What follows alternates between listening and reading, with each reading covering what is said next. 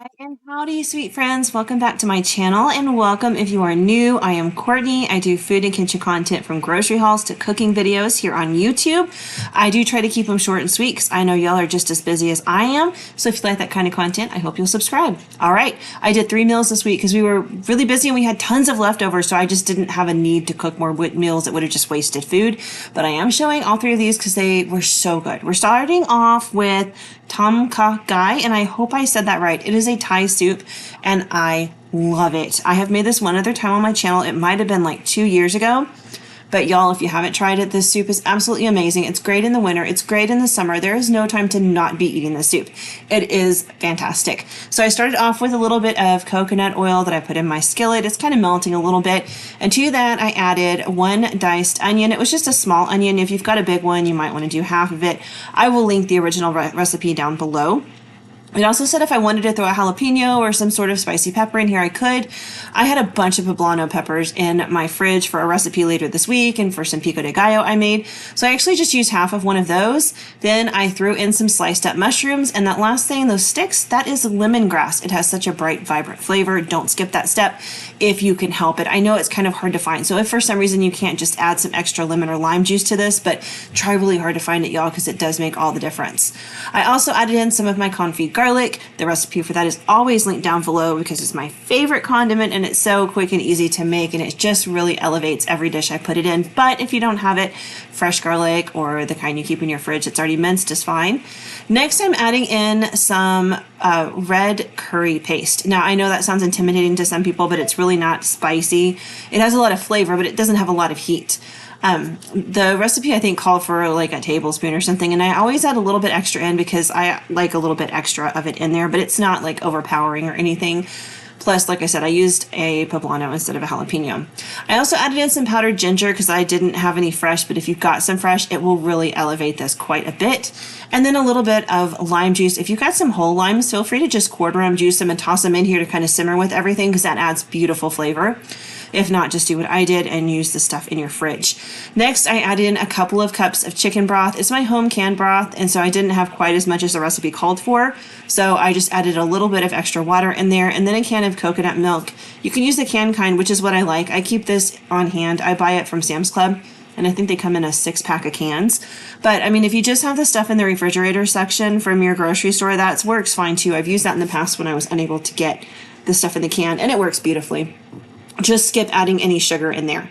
I also added a little bit of fish sauce. Don't be intimidated by that. It really does help kind of round out all the flavors. And then I added in a little bit of brown sugar. It calls for, I think it's coconut sugar, which I don't have. I just have brown sugar. But again, if you're using the refrigerated coconut milk, you might skip that step because that is already a little bit sweeter. I let everything simmer for a while, and then this is not part of the recipe, but these water chestnuts have just been hanging out in my pantry for a while, and they really do need to be used because we love them. We love the texture of them. I didn't want to waste them, so I just thought, why not? And I tossed them right on in here. And then the star of the soup tonight is going to be shrimp. You could do vegetarian, you could do chicken.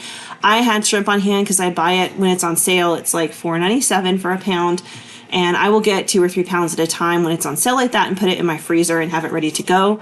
That's a great price. In my area, it's the same price or a little less than what they charge per pound of ground beef. I just served this with some plain white rice, a little bit of fresh cilantro and green onions on top, and I had some egg rolls in the freezer that I thought, why not? I know, totally different type of Asian cuisine, but it worked out in the end, and that was dinner. It's such a delicious soup. Don't be afraid of it if you've never tried it. I know some of the ingredients sound a little different, but it is so refreshing and so delicious.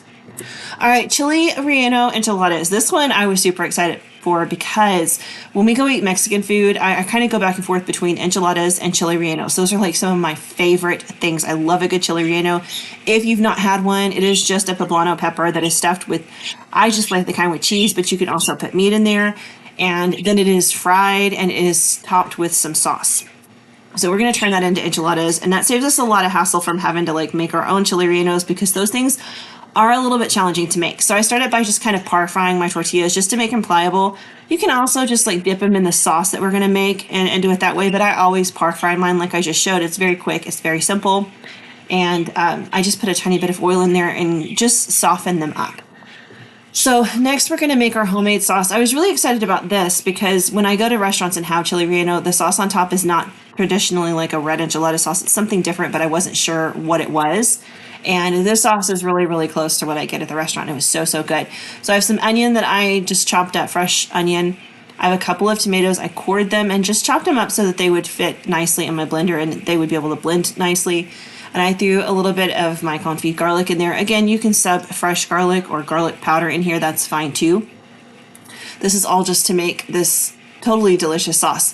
We're just going to pulverize it in the blender and make it just as liquidy as we can get it.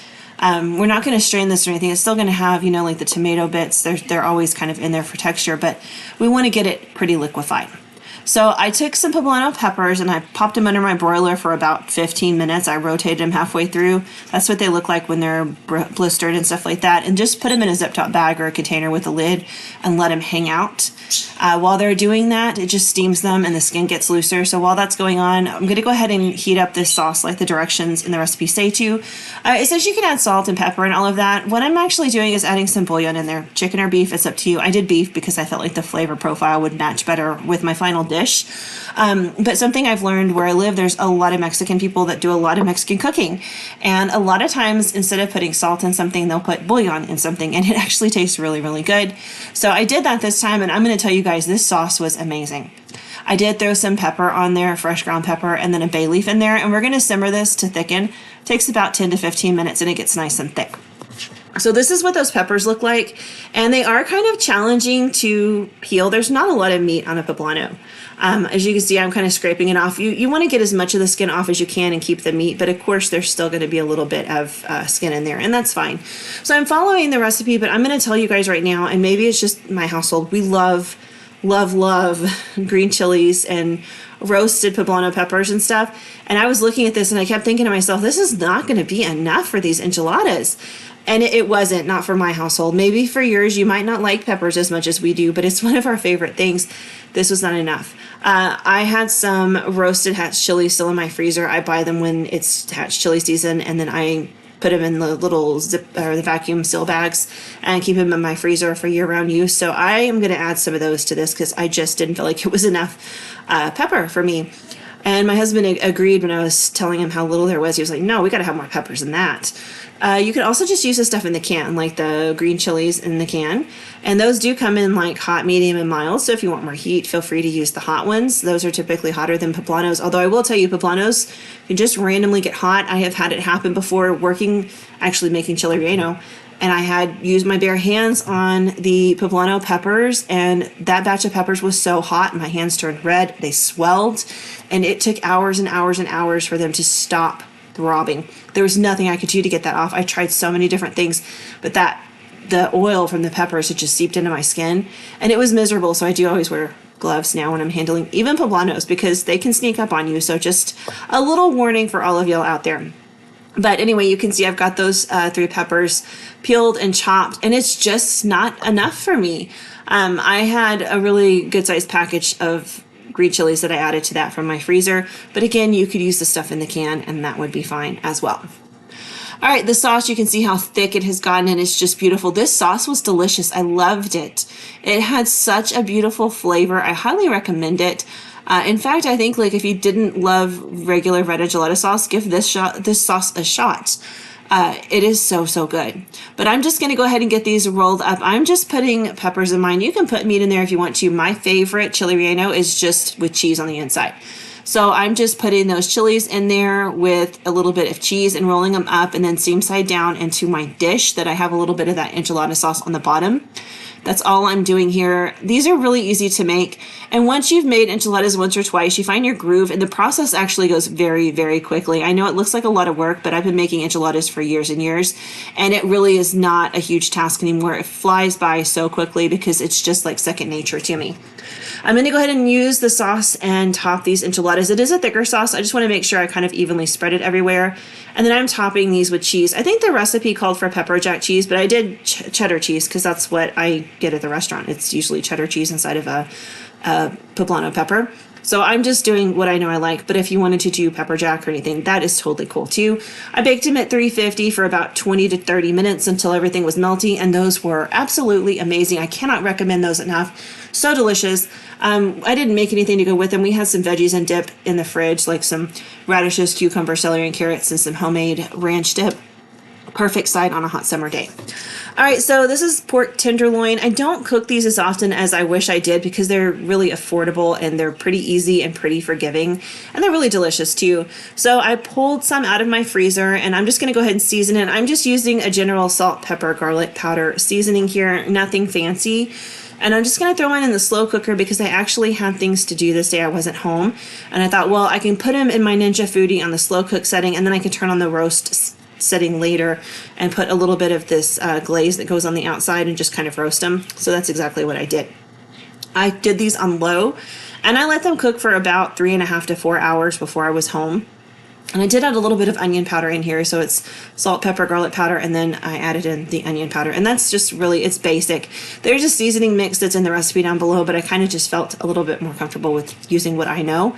So that's what I did. And then I didn't want these to be too dry, so I added a little bit of apple juice in there because apple juice and pork just go hand in hand. All right, so this is the glaze that goes on top of the pork. It's fully cooked, and it is certainly not pretty when you cook it in the slow cooker. So we definitely want to roast it. If you don't have a slow cooker that does this, just pop it under your broiler for like 3 or 4 minutes. So I've got some oil, some soy sauce, some Dijon mustard, and the recipe calls for maple syrup, which is a very expensive ingredient, especially in today's market. So if you do not want to pay for it, I'm out. I just sub honey for it, and everything works out beautifully. That's just my trick, my go-to. I put some Worcestershire sauce in there and stuff, and then we're just going to kind of like spread this over the top of the pork tenderloin. And this on its own is a really delicious piece of pork because when I was slicing it up later, I was tasting it, and that glaze is so delicious. But the recipe calls for a sauce, and that's what we're here for. So I put a couple of pads of butter into my skillet and turn the heat on, and then I'm going to add some of my confit garlic in there. Again, sub garlic powder, fresh garlic, whatever you got. I always have this, and it's just like roasted garlic, but I make it in like mason jars at a time, so I have a ton of it. And I'm just kind of like, as it heats, it just melts like butter. Also, ignore my stove. It's getting a deep clean this weekend. We have been so busy. I just have not had a chance to like take it completely apart like I need to, but I have that on my agenda. It is currently Friday in my world, and we just got home from doing yard work at one of the co-op facilities that we use. You know, we use it, so we maintain it. It teaches the kids responsibility, but the parents also get in and help. So we were out there doing hard labor today, and I am just tired. We're not having anything fancy for dinner tonight because I am hot and tired. So I will be doing my stuff tomorrow. It'll look so much better next week. Anyway, I added in some salt and pepper and things like that. And then the recipe called for some heavy cream, which I poured right on in there. You'll want to really adjust your heat here. You don't want to cook the heavy cream on too high of a heat because it will kind of separate a little bit and get weird and kind of curdled a little. So I always try to make sure that it can come up to a simmer, but I don't want it like full on boiling, just because every once in a while that'll happen and it's just not appealing. I added in a little bit of lemon juice and some Dijon mustard, just like the recipe called for. And I'm going to tell you, I'm gonna add in my own thing because y'all know how I roll. The sauce on its own was fantastic. No complaints. It was delicious. But as I tasted it, I just couldn't help but think to myself, dill. And I happen to have fresh dill in my fridge, so I am going to go ahead and add in some fresh dill into the sauce. Like I said, perfectly good and delicious on its own. There was nothing wrong with it. But I had the dill, so why not? And if you guys are new, I'm just going to tell you up front, dill is one of my absolute favorite herbs. I use it all the time. I love it. It has such a beautiful flavor. So here I am just adding some of that dill in here. You can skip the step. You've got dill added in. It was delicious. You know what else would have been great in here? Capers. If you watch my channel, I randomly throw those in things pretty often. I love them. They're so good. I didn't throw them in here, but I could have. And I just poured it over the sliced pork tenderloin that was so juicy and delicious. We had some couscous and some roasted veggies. And that rounded out our week because all of those meals made a lot of leftovers. So I did not need to cook again because I didn't want to waste food. I wanted to use what we had. Anyway, I will have another 3 recipe video coming out next Saturday because we'll be out of town, but I'm cooking a couple of things. So I hope I will see you guys there. Also, grocery haul on Tuesday. Y'all have a fantastic Memorial Day weekend. Love y'all. Bye.